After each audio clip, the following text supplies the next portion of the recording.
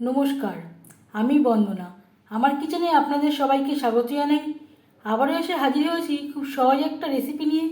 আজ আমি তৈরি করব নিরামিষ আলু পটলের ঝোল। নিরামিষ আলু পটলের ঝোল তৈরি করার জন্য আমি এখানে নিয়েছি পটল, আলু আর টমেটো। সবার প্রথমে আমি পটল খোসা ছাড়িয়ে টুকরো করে কেটে নিয়ে ফিরে আসছি। পটল খোসা ছাড়িয়ে দু টুকরো করে কেটে নিয়েছি, অল্প খোসা রয়েছে, আর পরিষ্কার করে ধুয়ে নিয়েছি।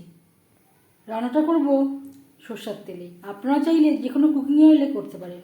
2 চামচ সর্ষের তেল গরম করে নিয়েছি, দিয়ে দেবো পটল।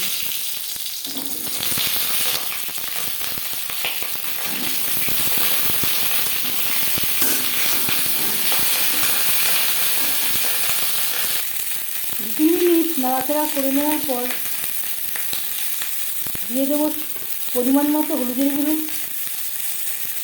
স্বাদ মতো লবণ। লবণ হলুদ পটলের সাথে বেশ ভালো করে মিক্স করে দেবো।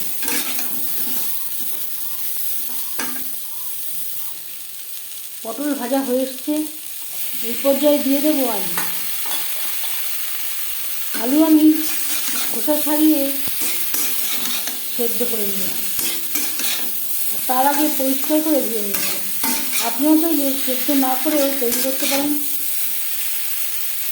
পটলের সাথে আলু আরও 2-3 মিনিট নাড়াচাড়া করে নেব।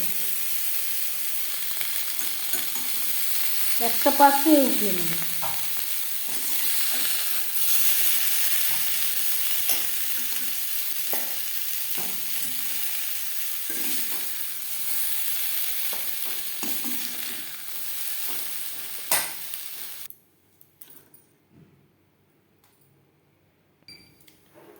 আলু পটল ভেজে নেওয়া কড়াইতে আবারও তেল দিয়েছি, দিয়ে দেবো একটা তেজপাতা, 5 ফোড়ন। তেজপাতা আমি টুকরো করে নিয়েছি।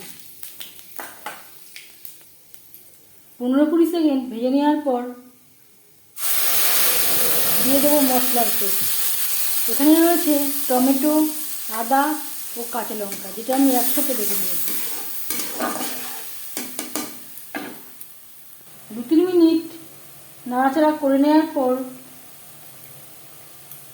দিয়ে দেবো 1/2 চামচ ভাজা জিরের গুঁড়ো, ছোটো 1 চামচ লাল লঙ্কার গুঁড়ো।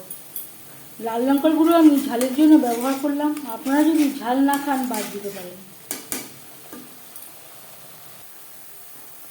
খুবই সামান্য পরিমাণে হলুদের গুঁড়ো।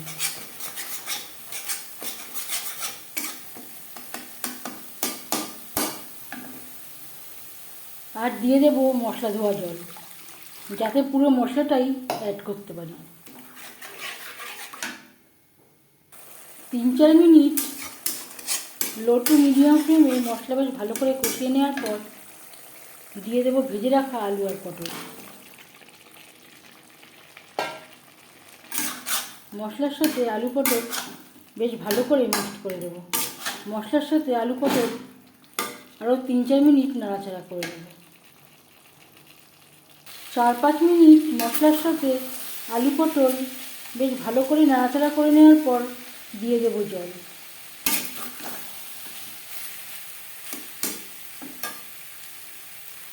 জল কতটা অ্যাড করবেন সেটা সম্পূর্ণ নির্ভর করছে আপনার উপর। আমি এখানে একটু ঝোল তৈরি করব। আপনারা চাইলে গ্রেভির পরিমাণটা কম বেশি করতে পারেন।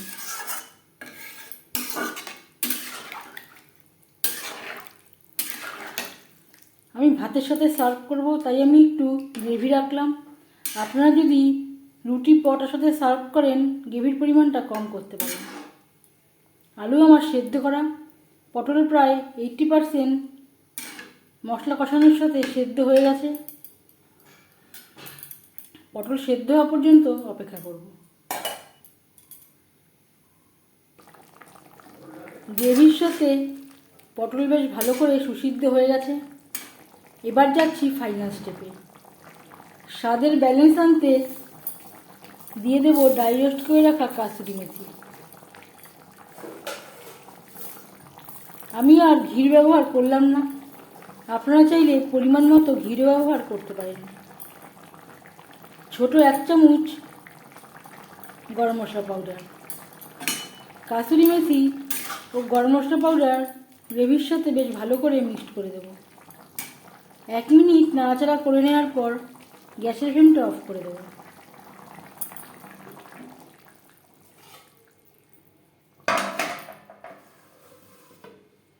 পাঁচ মিনিট ঢেকে স্ট্যান্ডিং টাইমে রাখবো।